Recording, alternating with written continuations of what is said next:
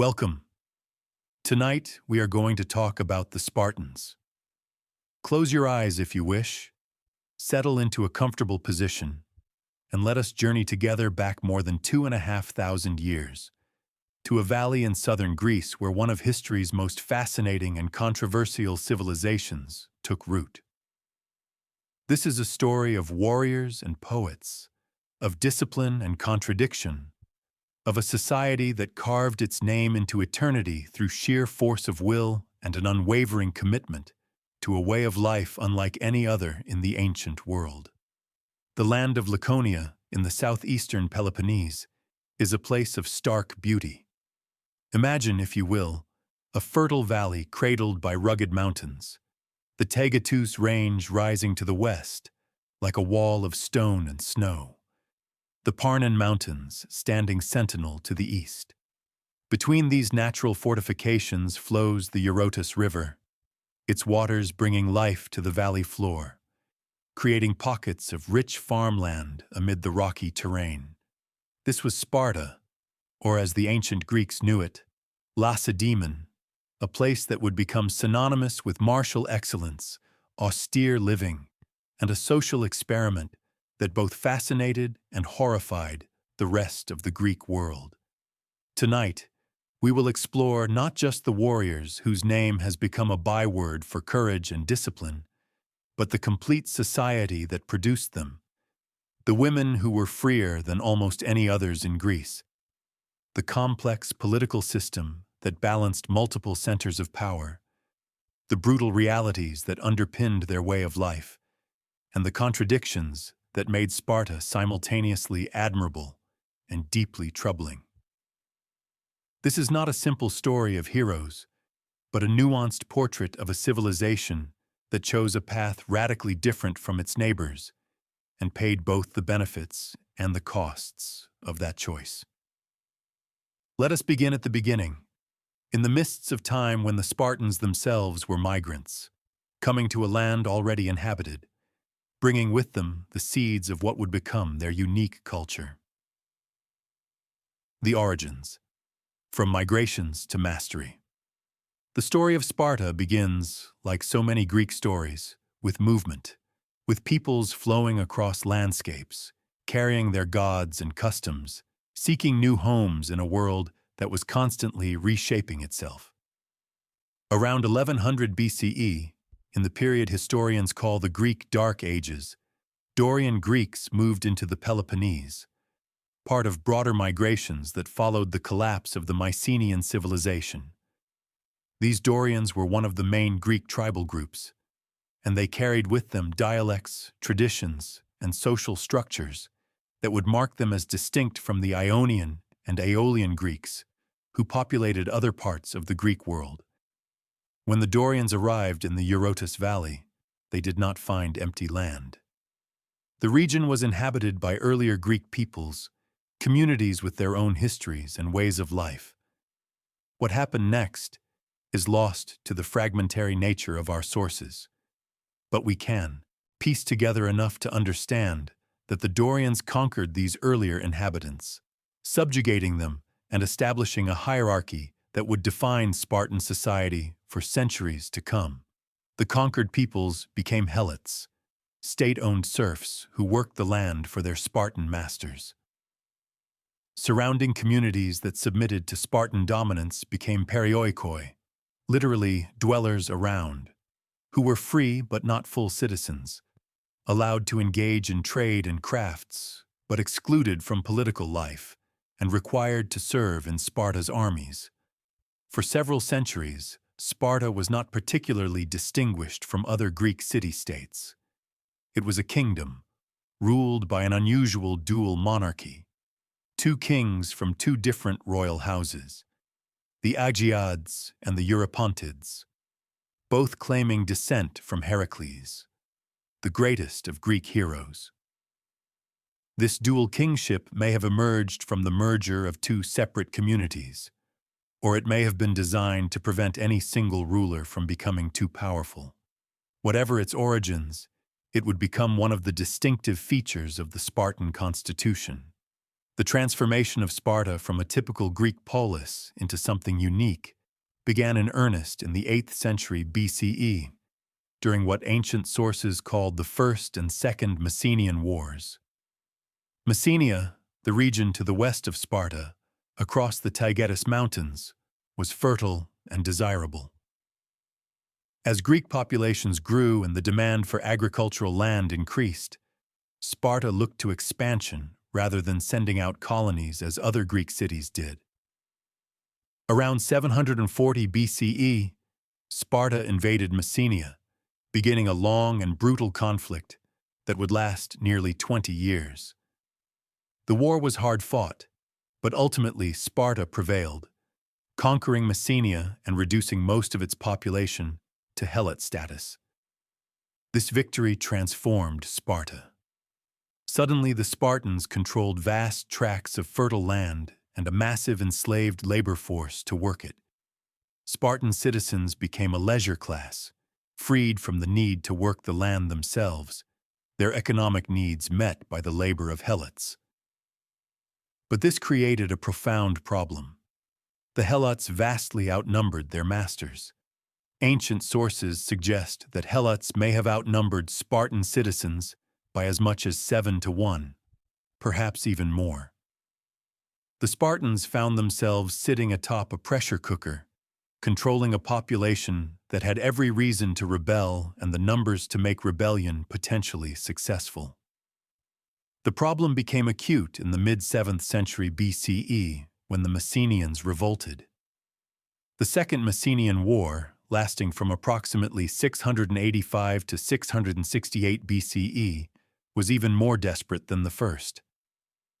The Messenians, under leaders like the legendary Aristomenes, fought with the fury of people who had lost everything and had nothing more to lose. They won battles. They raided Spartan territory.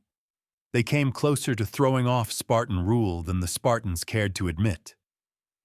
The war tested Sparta to its limits, and although Sparta ultimately prevailed, the experience left an indelible mark on Spartan consciousness. It was in the aftermath of these wars, according to tradition, that Sparta underwent its great transformation. The Spartans made a collective decision. They would reorganize their entire society around one single purpose: maintaining their control over the helots and their dominance in the Peloponnese. Every aspect of Spartan life would be subordinated to creating the most formidable military force in Greece. The Spartans would turn themselves into professional soldiers, living in a state of constant readiness, their entire social structure designed to produce warriors of unmatched skill and discipline.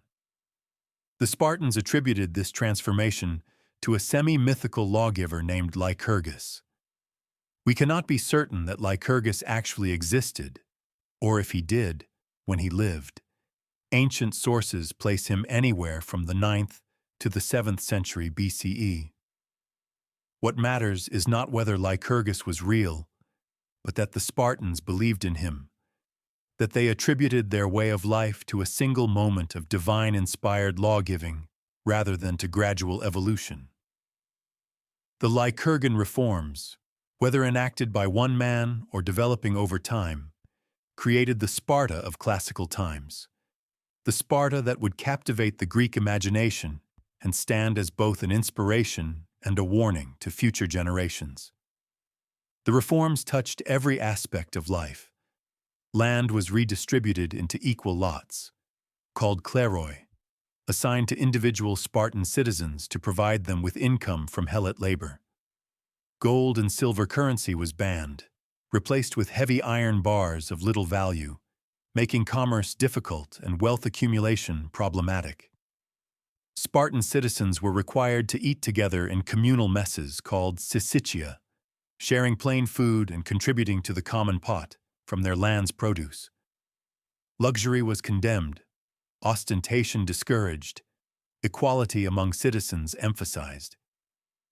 But the most radical reform was the agoge, the Spartan education system.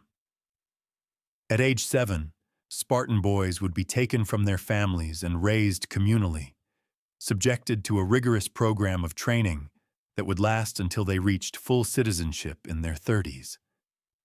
The agoge would produce the warriors Sparta needed, but it would also produce something else: a distinctive Spartan identity, a sense of being fundamentally different from other Greeks, of being part of an elect group bound by shared suffering and shared purpose. This, then, was the Sparta that emerged from the crucible of the Messenian Wars: a militarized state, a society organized for war, a people who had chosen discipline over freedom, communal purpose over individual flourishing, martial excellence over all other pursuits. It was a society that would dominate southern Greece for centuries, that would produce some of history's most legendary warriors and most famous battles, and that would ultimately be destroyed by the very contradictions built into its foundation. Let us now look more closely at how this society actually worked, at the institutions and practices that made Sparta unique in the Greek world. The Spartan Constitution: a balance of powers. The government of Sparta was unlike any other in Greece, a complex mixture of monarchical, oligarchic, and democratic elements that ancient political theorists found endlessly fascinating. Aristotle studied it, Polybius analyzed it, and generations of philosophers debated whether it was the best of all possible systems or a peculiar anomaly. To understand Sparta, we must understand its constitution, the framework that governed the lives of Spartan citizens and maintained their control over the Helot population. At the top of the Spartan system stood the two kings. This dual monarchy was unique in the Greek world, and it created a built-in check on royal power. The kings came from two separate royal houses, the Agiads and the Eurypontids, and they ruled simultaneously. In theory, they held equal power, though in practice one was often more influential than the other, depending on personality, achievements, and political skill. The kings held religious authority, serving as priests and performing the sacrifices that maintained the relationship between Sparta and its gods.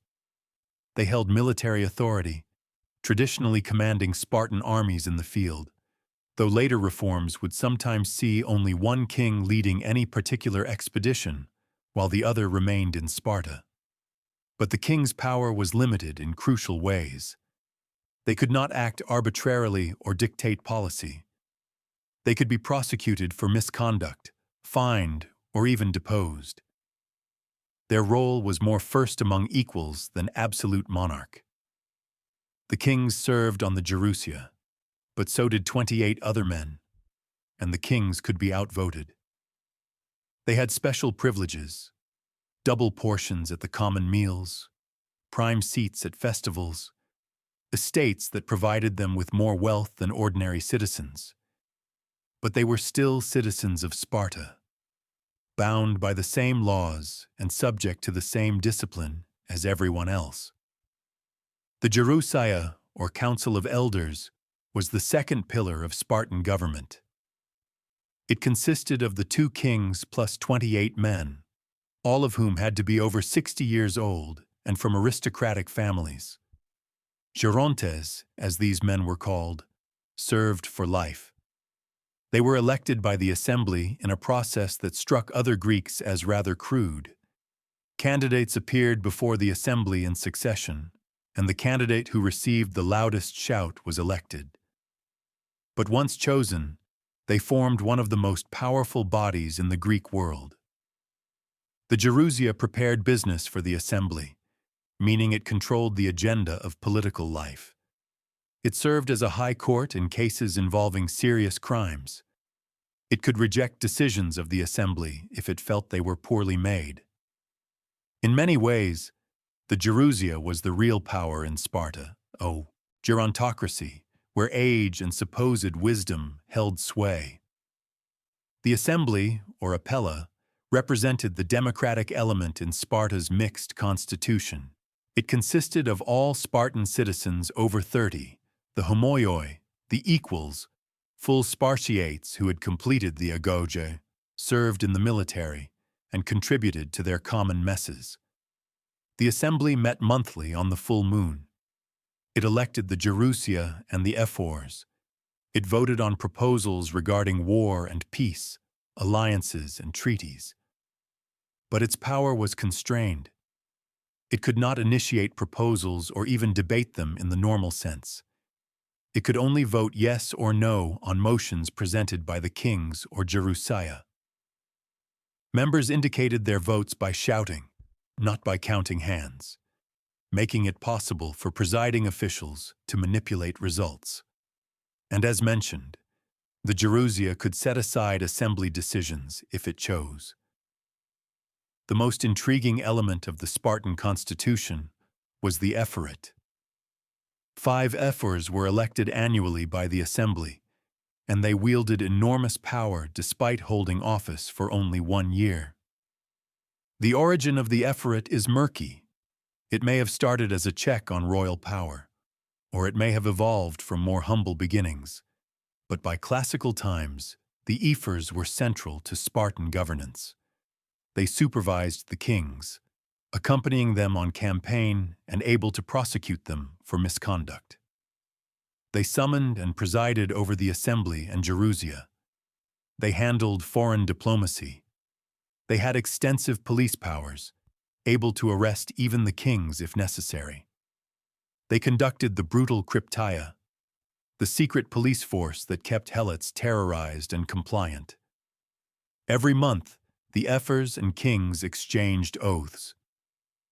The ephors swore to uphold the king's position as long as the kings ruled according to law. The kings swore to rule according to law.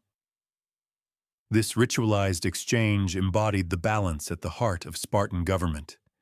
The kings held prestige and religious authority, but they were not above the law, and the ephors represented the citizen body's power to check royal authority.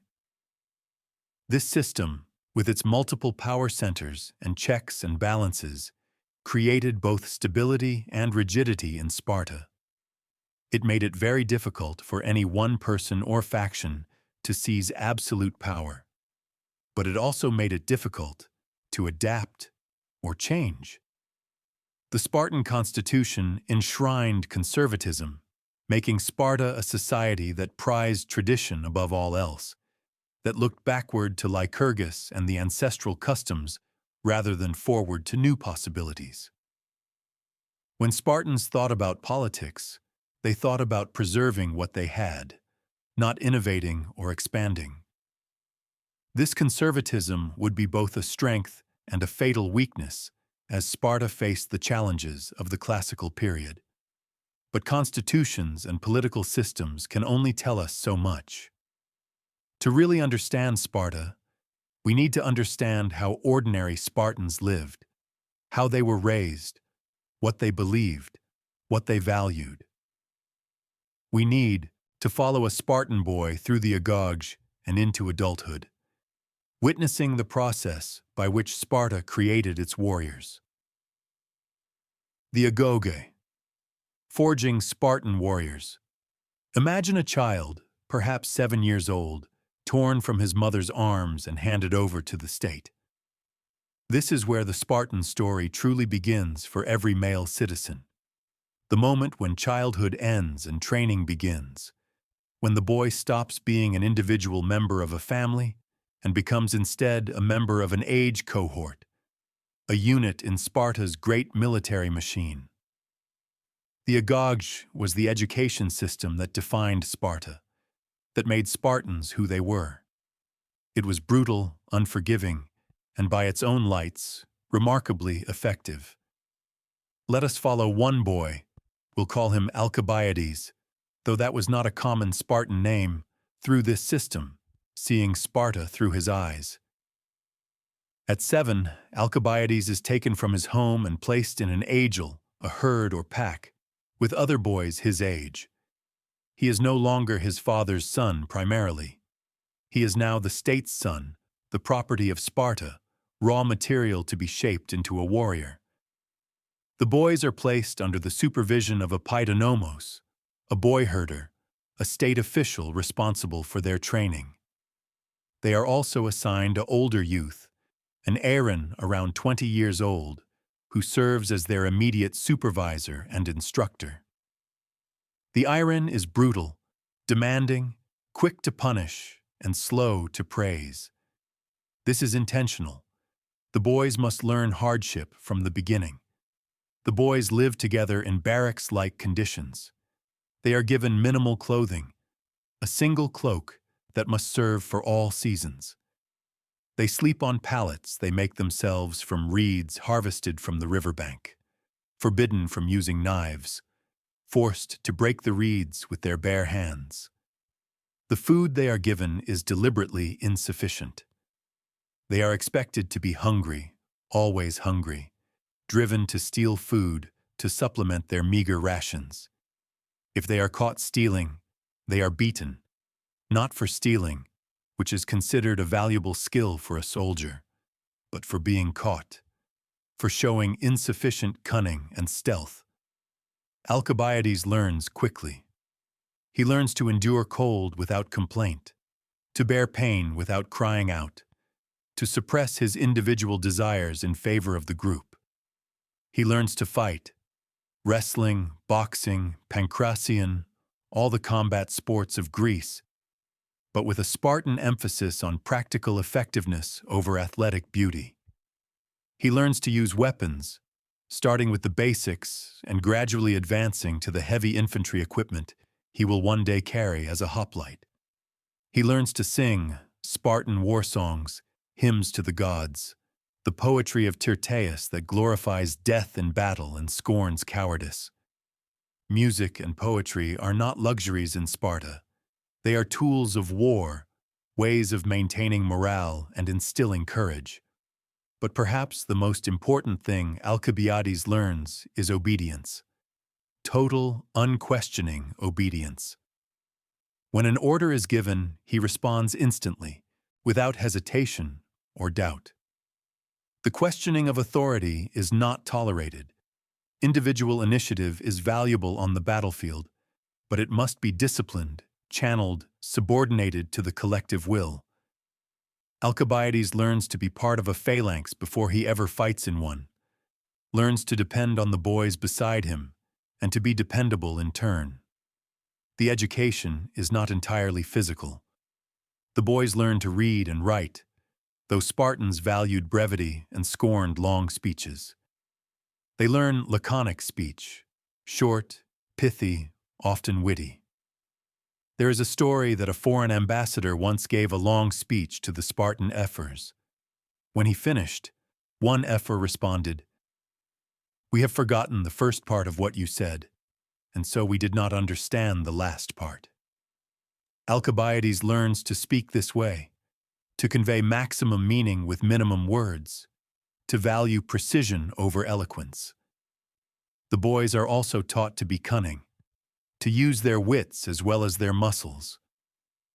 There is a famous story, possibly apocryphal, of a Spartan boy who stole a fox and hid it under his cloak.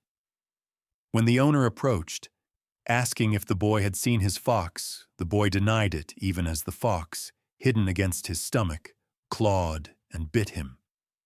The boy stood there, straight-faced, while the fox literally tore at his belly, and he maintained the deception until the owner went away. He then collapsed and died from his wounds. To other Greeks, this story might seem horrifying, evidence of brutal and senseless training. To Spartans, it was exemplary. The boy had endured pain without complaint, had maintained operational security, had died rather than admit failure. Whether or not that particular story is true, it captures something essential about the agoge. It was designed to create men who would not break, who could endure anything, who valued success in their assigned task above even their own lives. Modern readers might see this as child abuse, and by our standards, it certainly was. But we must understand it in context. Sparta was not trying to create happy children or well-rounded citizens. It was trying to create warriors who would defend a system in which they were vastly outnumbered by the people they oppressed. Warriors who would hold the pass against any enemy. Warriors who would not break even when breaking would be rational. At 12, Alcibiades enters a new phase. The training becomes harsher, more focused on military skills and endurance. At some point during this period, the sources are unclear about exactly when, he might be selected for the Crypteia, the secret service. The Crypteia took the best of the boys and sent them out into the countryside with minimal supplies and a knife. They were to live off the land, to test their skills at stealth and survival. They were also to hunt helots. At night, the boys of the Crypteia would emerge from hiding and kill helots who were out after dark, particularly those who seemed strong or rebellious, potential leaders of resistance. The Crypteia served multiple purposes. It tested the boys' abilities, it terrorized the helot population, and perhaps most importantly, it blooded the boys, gave them experience with killing before they ever faced an enemy army. This practice, more than perhaps any other aspect of Spartan society, reveals its dark heart. Sparta's vaunted military excellence rested on a foundation of systematic oppression and terror. The helots were human beings, Greeks like the Spartans themselves, but they were treated as subhuman, as a resource to be exploited and a threat to be managed through violence. The Spartans annually declared war on the helots, a legal fiction that made killing them not murder but an act of war. And they used their young men as the instruments of this terror, forcing them to commit murder as part of their education, hardening them to violence, and making them complicit in the system they would spend their lives defending. At 20, Alcibiades transitions from youth to young warrior. He joins a Sicilian, a common mess, which will be his primary social unit for the rest of his life. Membership in a Sicilian is not automatic. He must be voted in by its existing members, and a single negative vote is enough to exclude him. He must prove himself worthy, must show that he has fully internalized Spartan values and will uphold the group's honor. If he is rejected by all Sicilia, he cannot become a full citizen, cannot marry, cannot participate in public life. He becomes one of the hypomyanes, the inferiors, men who failed to complete the full path to Spartan citizenship. This possibility creates enormous pressure on young men to conform, to excel, to never show weakness or individuality that might mark them as unsuitable. Once accepted into a Sicilian, Alcibiades must contribute his share of food from his kleros, the plot of land worked by helots that provides his income. He must attend the common meals every day, eating simple food, the famous or infamous black broth, made from pork, blood, salt, and vinegar, that other Greeks found inedible, along with barley cakes, cheese, figs, and wine. The portions are sufficient but not generous. Spartan cuisine is deliberately plain, eschewing the elaborate cookery that was developing elsewhere in Greece. Eating together, sharing the same simple food, reinforces the equality among citizens and prevents the display of wealth through elaborate private dinners. The Sicilian is also where Alcibiades will find his closest bonds. These men are his brothers now, more so than his actual brothers might be. They will fight beside him, depend on him, and expect him to depend on them. The loyalty within a Sicilian is absolute. If one member disgraces himself, the entire mess feels the shame. If one member distinguishes himself, they all share the glory. This creates powerful social pressure toward conformity and excellence, but it also creates genuine bonds of affection and solidarity. At 30. Finally, Alcibiades achieves full citizenship. He can now attend the assembly, vote on matters of state, hold office if elected. He is expected to marry and produce sons to continue his line and provide new warriors for Sparta. But even now, his life is not his own. He must continue to attend the common meals. He must continue to train physically. He is a soldier first and always, ready to march at a moment's notice, ready to die for Sparta if necessary. His entire life, from 7 until death, has been shaped by the demands of Sparta's military society. The agoge was remarkably effective at producing soldiers. Spartan warriors were acknowledged across Greece as the finest fighters, the most disciplined and fearless. But the agoge also revealed Sparta's limitations. It produced men who were excellent at following orders, superb at enduring hardship, matchless in phalanx warfare. But it did not produce philosophers, or playwrights, or scientists, or inventors. Sparta contributed almost nothing to Greek literature, mathematics, philosophy, or art. The agoge created a society that was brilliant at one thing and mediocre at everything else. A society that could defend what it had, but struggled to adapt to changing circumstances. We should note, too, that everything we've described applies only to Spartiates, full Spartan citizens. The perioikoi, the free non-citizens, lived very different lives. They could engage in trade and crafts, activities forbidden to Spartiates.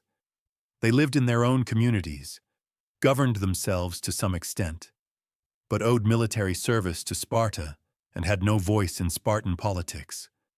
Some perioikoi became quite wealthy through trade, wealthier than many Spartiates, but they could never convert that wealth into political power.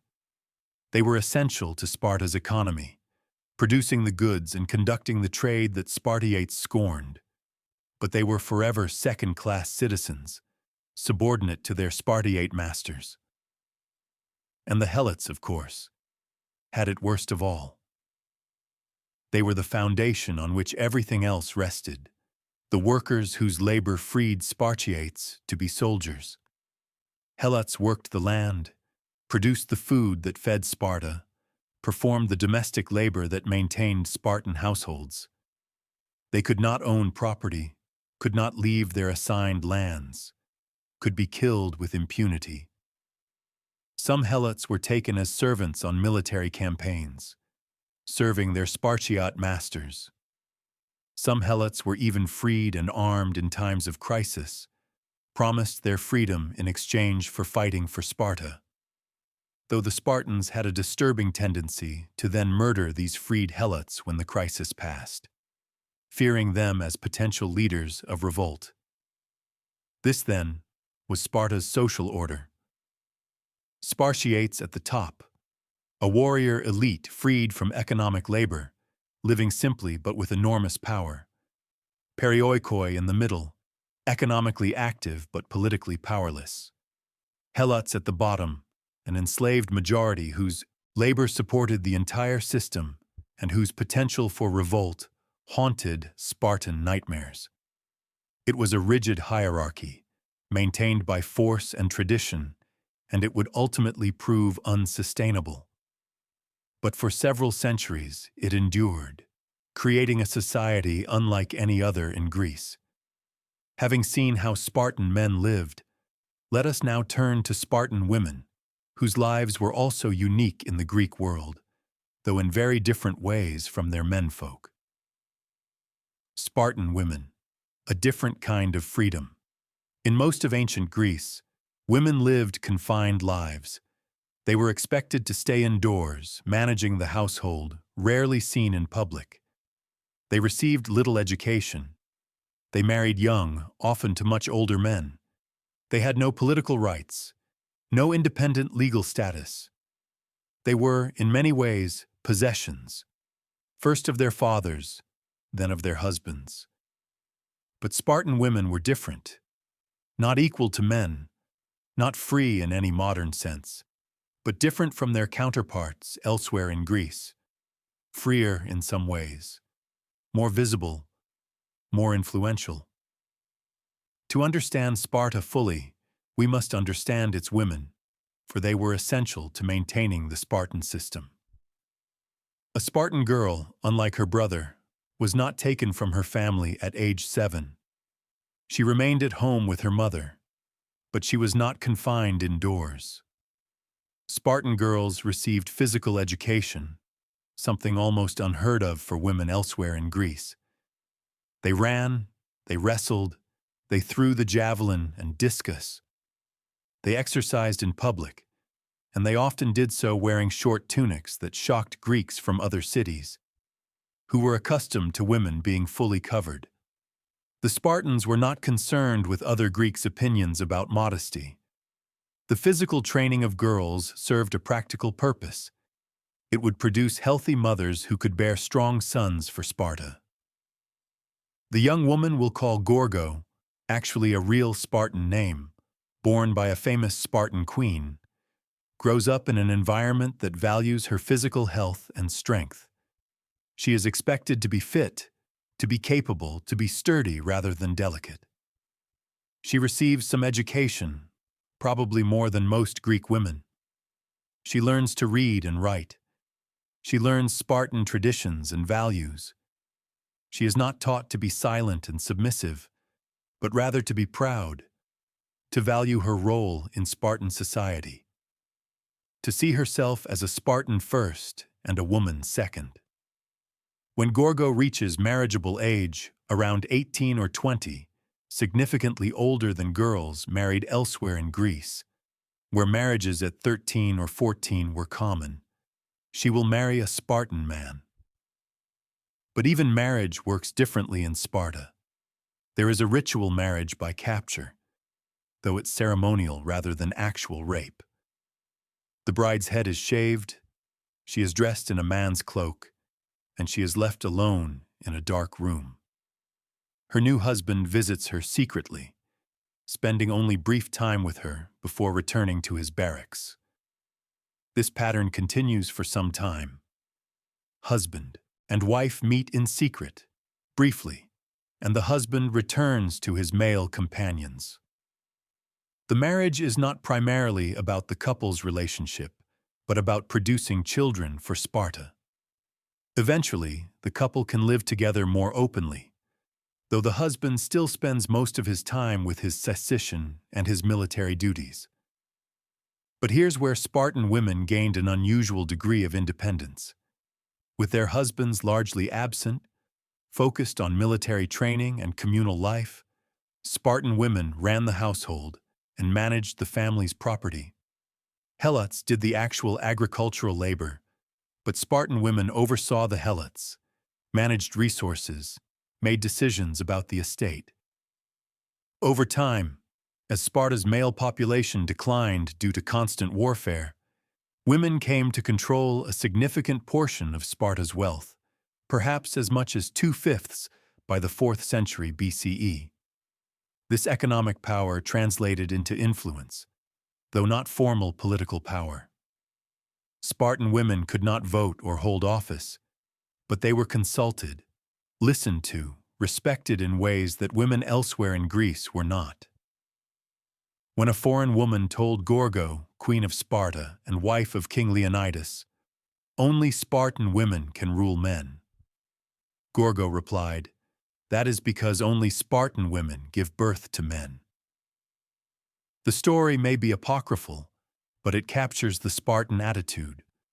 Women were valued for producing warriors, but they were also seen as partners in Sparta's mission, not merely subordinates.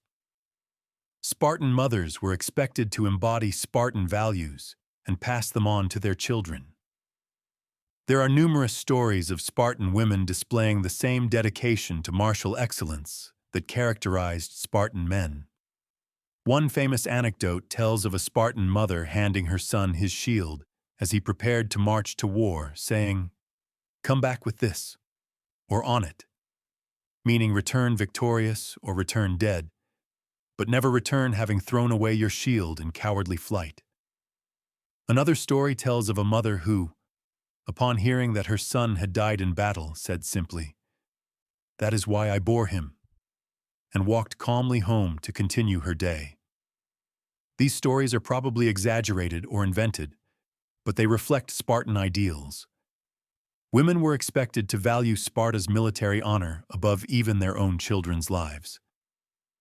This expectation could be brutal. Spartan society practiced eugenics, examining newborn infants and leaving weak or deformed babies to die by exposure.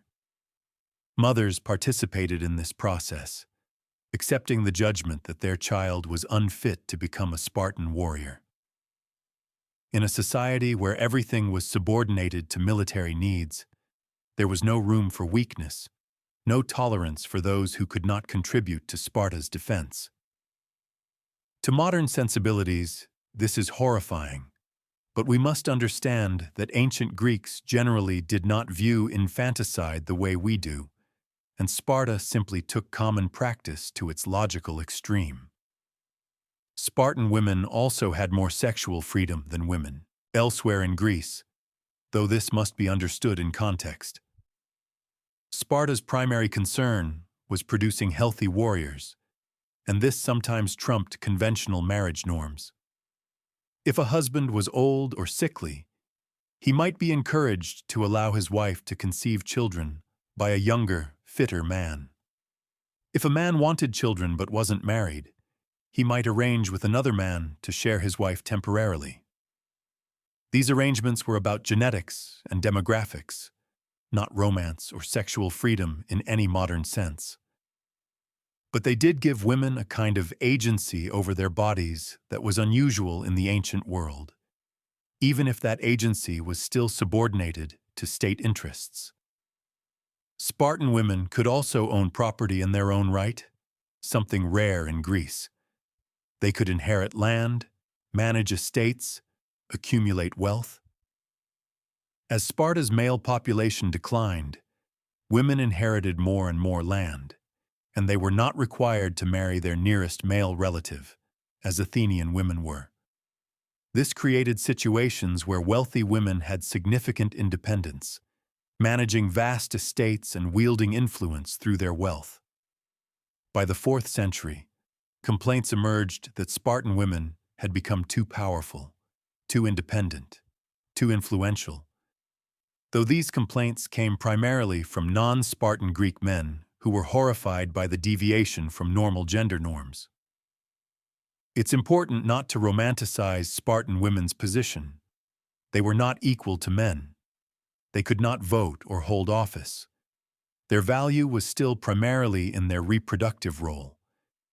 The physical training they received was about producing healthy sons, not about their own flourishing. The economic independence many achieved came largely as an accident of demography, not by design. Sparta was not a feminist society by any stretch of the imagination, but Spartan women were freer and more visible than women elsewhere in Greece, and this had consequences. It meant that Spartan society had to take women's views into account to some degree. It meant that women had role models and traditions of speaking publicly and assertively. It meant that the Spartan system relied on women's cooperation and participation, not just their subjugation. Spartan women were expected to be Spartans first, with all that entailed: the same dedication to military values, the same willingness to sacrifice, the same pride in Spartan excellence. There is a poignancy to the role of Spartan women, a tragedy embedded in their position. They were freer than other Greek women, healthier, more educated, more economically independent. And all of this was ultimately in service of producing sons who would be taken from them at age 7 to be raised as warriors, who might well die young in battle, who belonged to Sparta rather than to their mothers. Spartan women were expected to bear this loss stoically, to celebrate rather than mourn when their sons died honorably. Whether they actually felt this way, whether the stoicism was genuine or a mask they wore to survive in their society, we cannot know. The sources we have were written by men and reflect male assumptions about what women thought and felt. What we can say is that Spartan women were essential to the Spartan system. They managed the economy while men focused on war. They socialized children in Spartan values. They embodied and transmitted Spartan culture. Without their cooperation, without their willingness to send their sons to the Agaga and their husbands to war, without their management of estates and helots, Sparta could not have functioned. They were not warriors themselves. Spartan society was not egalitarian in that sense, but they were nonetheless crucial to producing and maintaining Sparta's military society. With this understanding of Spartan society, its political system, its education, its gender roles, we can now turn to what made Sparta famous. Its military, the phalanx of Spartan warriors that dominated Greek warfare for centuries and created legends that persist to this day. The Spartan military, masters of war. The Spartan phalanx was the most feared military formation in Greece. When Spartan soldiers marched to battle, they came not as a mob, but as a precisely coordinated machine, each man trained from childhood for this moment, each man knowing his role, trusting his comrades, prepared to die rather than break formation. To understand Sparta's military dominance, we must understand both the tactics they employed and the system that produced soldiers capable of executing those tactics under the most extreme conditions. The basic unit of Greek warfare was the hoplite, a heavy infantry soldier equipped with a large round shield called a hoplon, from which the term hoplite derives. A spear, a sword as a backup weapon, and armor that might include a bronze breastplate, bronze greaves for the legs, and a helmet. This equipment was expensive. A full hoplite panoply might cost as much as several months' wages for a skilled craftsman. In most Greek cities, only those who could afford the equipment served as hoplites, creating a middle-class military that excluded both the very poor and tended to be dominated by those with significant property.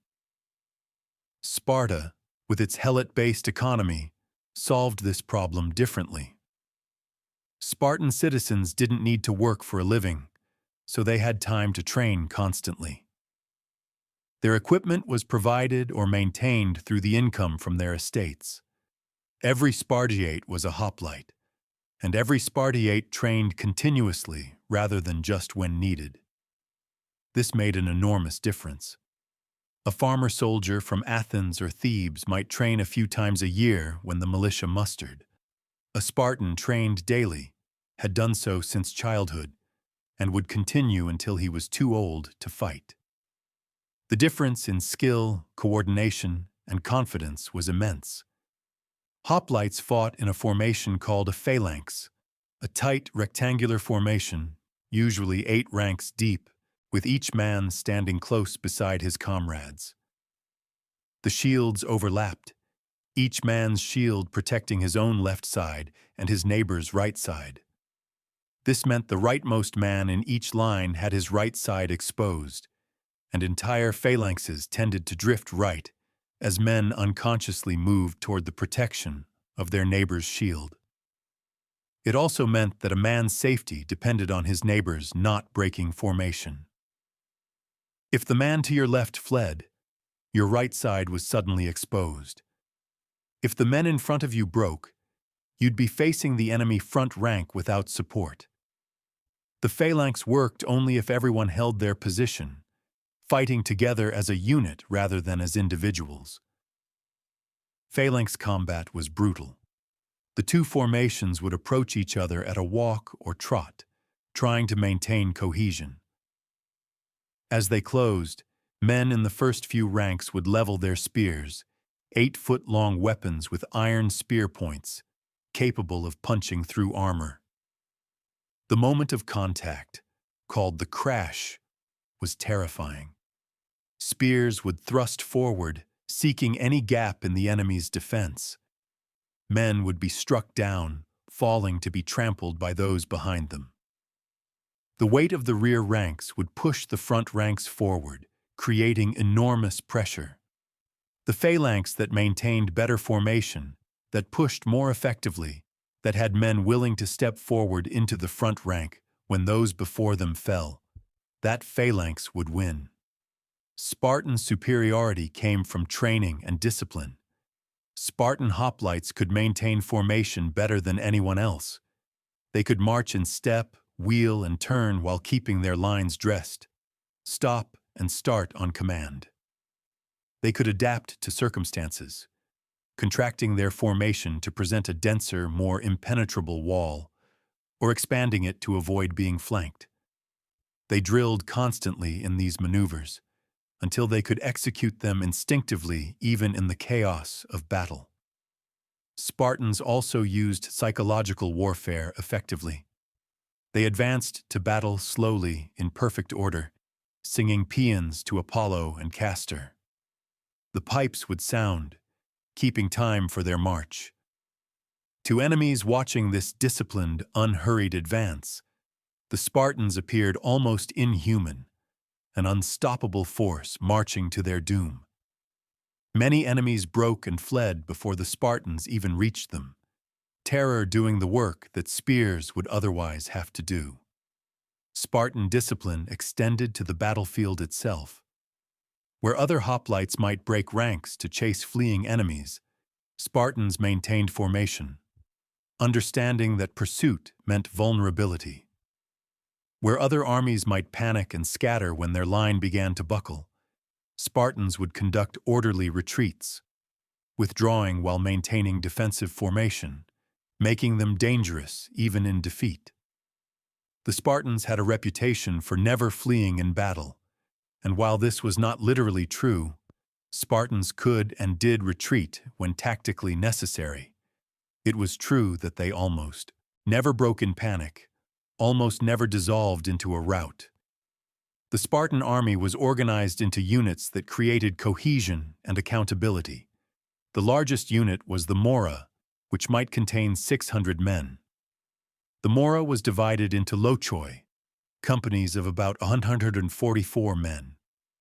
These were further divided into pentekostias of 36 men, then into anomotiai of 36 men, the smallest tactical unit.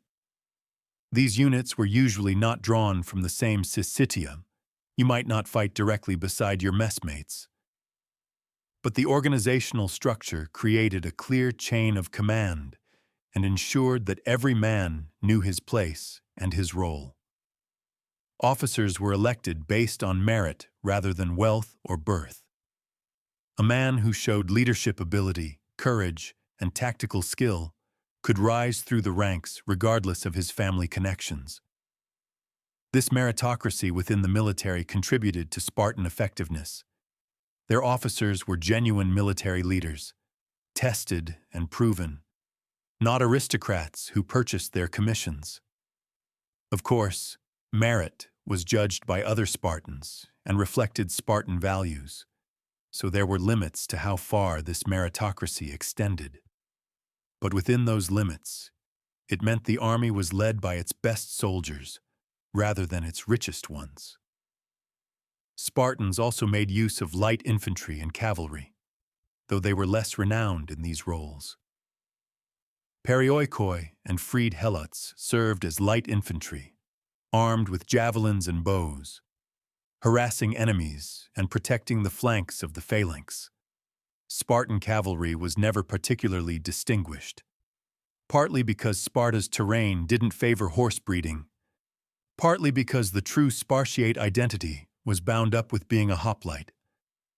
Cavalry was seen as a lesser role, often filled by younger men who hadn't yet earned their place in the phalanx. This would become a weakness in later periods when cavalry became more important in Greek warfare. The most interesting auxiliary unit in the Spartan army was perhaps the Neodamodeus, helots who had been freed and armed. In times of military crisis, when Sparta needed more soldiers, the state would sometimes free helots and recruit them into the army.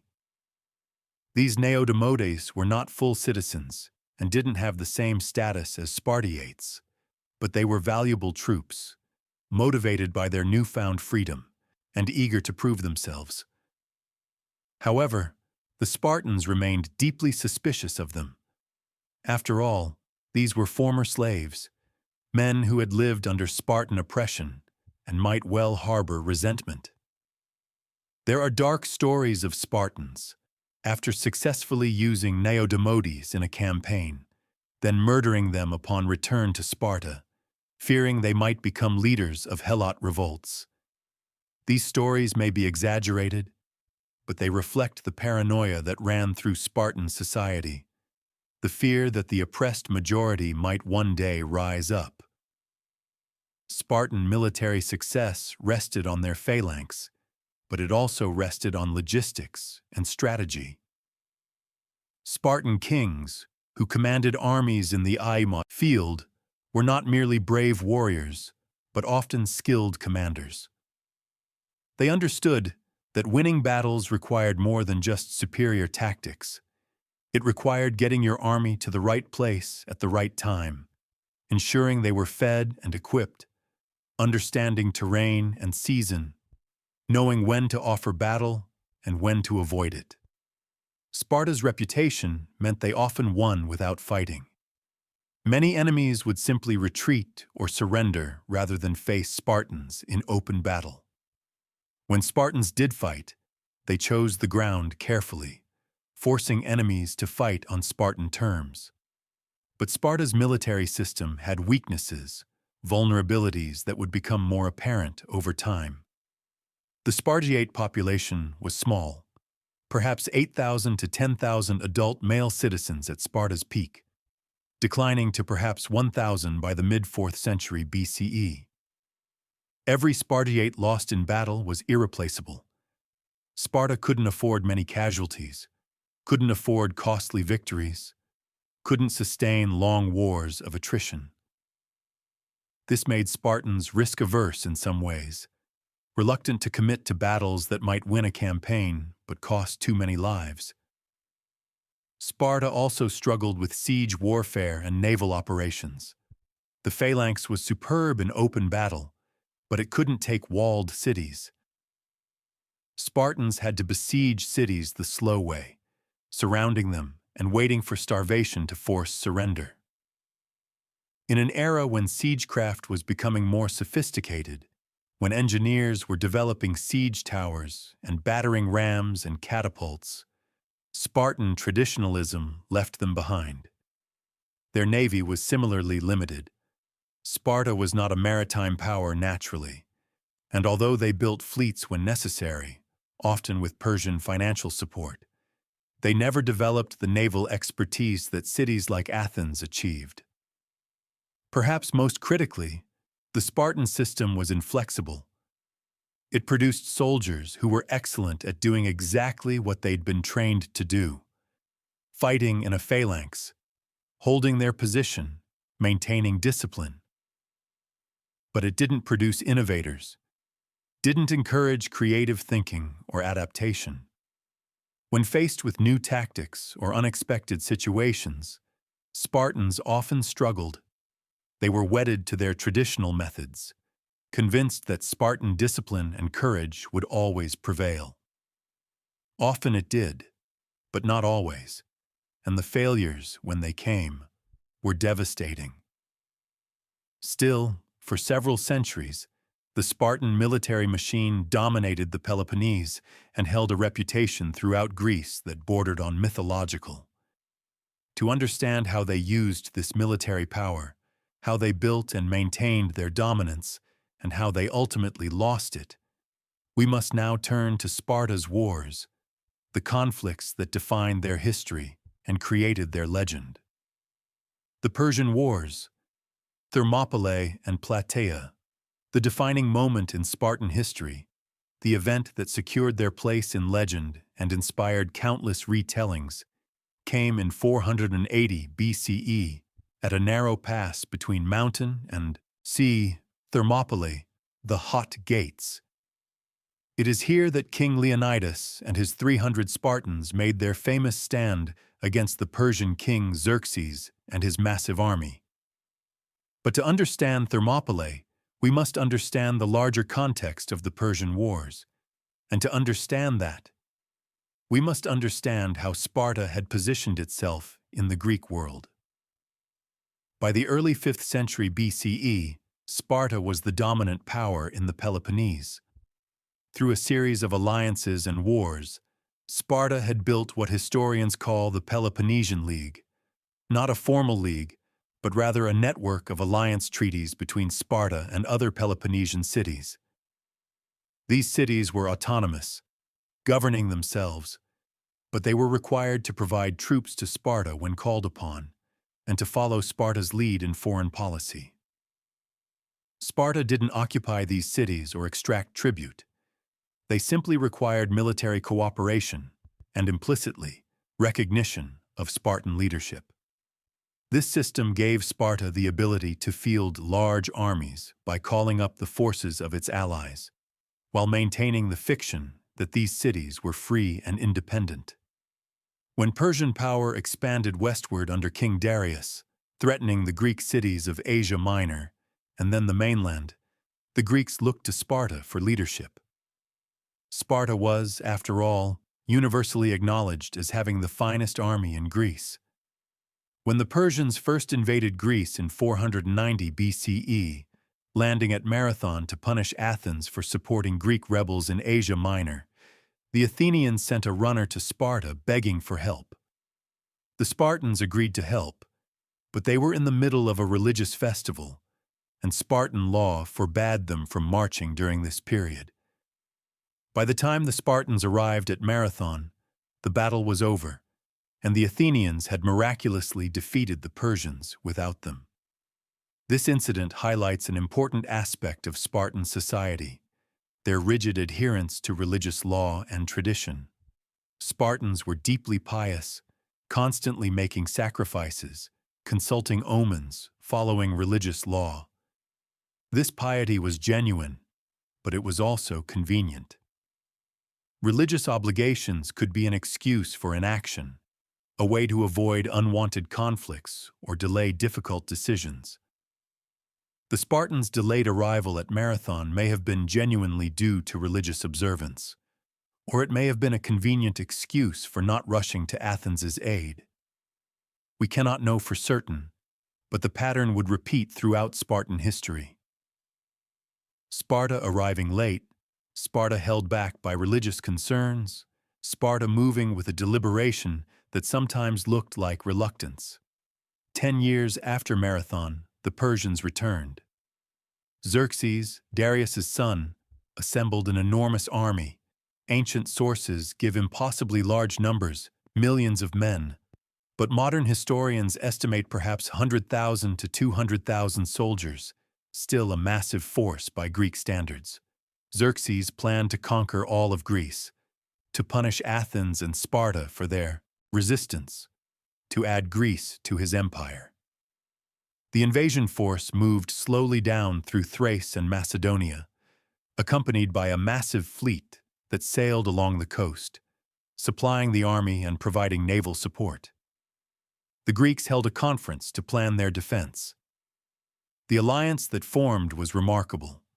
Dozens of Greek cities, many of them usually rivals or even enemies, agreeing to work together against the Persian threat. Sparta was chosen to lead both the land and naval forces, despite Athens having a much larger and better navy. This was partly recognition of Spartan military prestige, and partly because many cities simply would not accept Athenian leadership. The Spartans dispatched a small advance force under King Leonidas to hold the pass at Thermopylae, while the main Greek force was being assembled. Thermopylae was chosen because it was a perfect defensive position. A narrow coastal pass, perhaps only 15 meters wide at its narrowest point, flanked by mountains on one side and the sea on the other. A small force could hold it against a much larger army because the Persians couldn't use their superior numbers. They could only feed so many men at a time into the narrow pass. Leonidas had about 7,000 men total, drawn from various Greek cities, including his personal guard of 300 Spartans.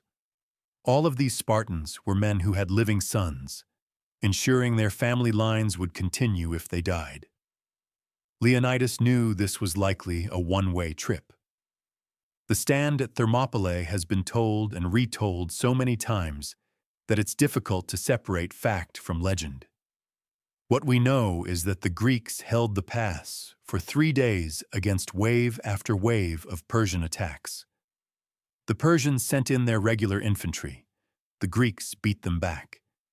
They sent in the immortals, their elite guard. The Greeks beat them back too. Xerxes reportedly watched in frustration as his massive army failed to break through a force a fraction of its size. The Greek phalanx in that narrow pass was impenetrable. The Spartans, fighting in rotation with the other Greek contingents, showed their superior discipline and skill, making the Persians pay dearly for every foot of ground. But Thermopylae had a weak point. A mountain path, the Anopaia, led around the pass, allowing the Persians to outflank the Greek position. Leonidas had posted troops to guard this path, but they were taken by surprise when a Greek traitor, Ephialtes, showed the Persians the way. When Leonidas learned that Persians were coming around behind him, he faced a decision. The Greek force could retreat while there was still time, preserving the army for future battles, or they could stay, buying time for the rest of Greece to prepare, but dying in the process. Leonidas dismissed most of the Greek force, sending them south to safety. He kept his 300 Spartans, along with about 700 Thespians who refused to leave, and 400 Thebans, though sources suggest the Thebans may have been kept as hostages. The remaining force, perhaps 1,400 men, prepared to make their final stand. They fought with desperate courage as the Persians attacked from both sides. When their spears broke, they fought with swords. When their swords broke, they fought with hands and teeth. According to Herodotus, the Spartans fought to recover Leonidas's body when he fell, retrieving it 4 times before being overwhelmed. Finally, forced back to a small hill, surrounded on all sides, they fought until the last man fell under a hail of Persian arrows. The Persians won Thermopylae, but at enormous cost. They'd been delayed for 3 days, giving the Greeks time to prepare. They'd lost thousands of men. Some ancient sources suggest tens of thousands, though this is likely exaggerated. And they'd given the Greeks something precious, a story of courage and sacrifice that would inspire Greek resistance throughout the rest of the war. When the poet Simonides composed the famous epitaph for the Spartans at Thermopylae, he captured in a few lines what their sacrifice meant. "Stranger, go tell the Spartans that here we lie, obedient to their words." The Persians moved south, burning Athens, occupying Attica. But the Greek fleet, under Athenian leadership, won a crucial naval victory at Salamis, destroying much of the Persian fleet and making it impossible for Xerxes to supply his massive army. Xerxes returned to Persia, leaving his general Mardonius with a large force to complete the conquest of Greece. The decisive battle came the following year, 479 BCE, at Plataea. Plataea was where Sparta's reputation was truly earned. The Spartan regent Pausanias commanded a large Greek army, perhaps 40,000 hoplites plus light infantry, facing a similar or larger Persian force. The battle was complex, fought over several days with multiple engagements. At the crucial moment, the Spartan phalanx, perhaps 10,000 strong, advanced against the Persian immortals and Mardonius's guard. The Persians fought bravely, but they couldn't break the Spartan formation. The Spartans maintained their discipline, pushed forward relentlessly, killed Mardonius, and routed his army. With the Persian commander dead and their army broken, the Persians retreated, and Greece was saved. Plataea was Sparta's finest military hour. While Thermopylae had been a defeat transformed into legend through sacrifice and courage, Plataea was an unambiguous victory, a demonstration of Spartan military superiority in open battle against a powerful enemy. Pausanias became a hero, honored throughout Greece. Sparta's reputation reached its zenith. They had led the Greeks to victory, had saved Greek civilization from Persian conquest, had proven that their system, however harsh, however morally problematic, could produce unmatched warriors when they were needed most. But victory brought complications. The Greek alliance had been formed out of necessity, and with the Persian threat receding, old rivalries and competing ambitions began to reassert themselves. Sparta had led the land forces, but Athens had built the fleet that won at Salamis, and Athens was eager to press the war, liberating Greek cities in Asia Minor and the islands from Persian control. Sparta was more cautious, content to have secured the Greek mainland, reluctant to commit to overseas campaigns far from home. As Athens formed its own alliance, the Delian League taking over leadership of the continued war against Persia, a rift opened between Greece's two greatest powers. This rift would widen over the coming decades, as Athens transformed its voluntary alliance into an empire, as Athenian power and wealth grew, as democratic Athens and oligarchic Sparta increasingly saw each other not as allies but as rivals. The seeds of the Peloponnesian War were planted in the very moment of Greece's greatest triumph over external threat. But before we turn to that long and bitter conflict, let us pause to appreciate what Sparta achieved in the Persian Wars. They had been the shield of Greece, the unwavering defenders who stood when others might have fled, the warriors whose courage and discipline saved Greek freedom and made possible the flourishing of classical Greek civilization.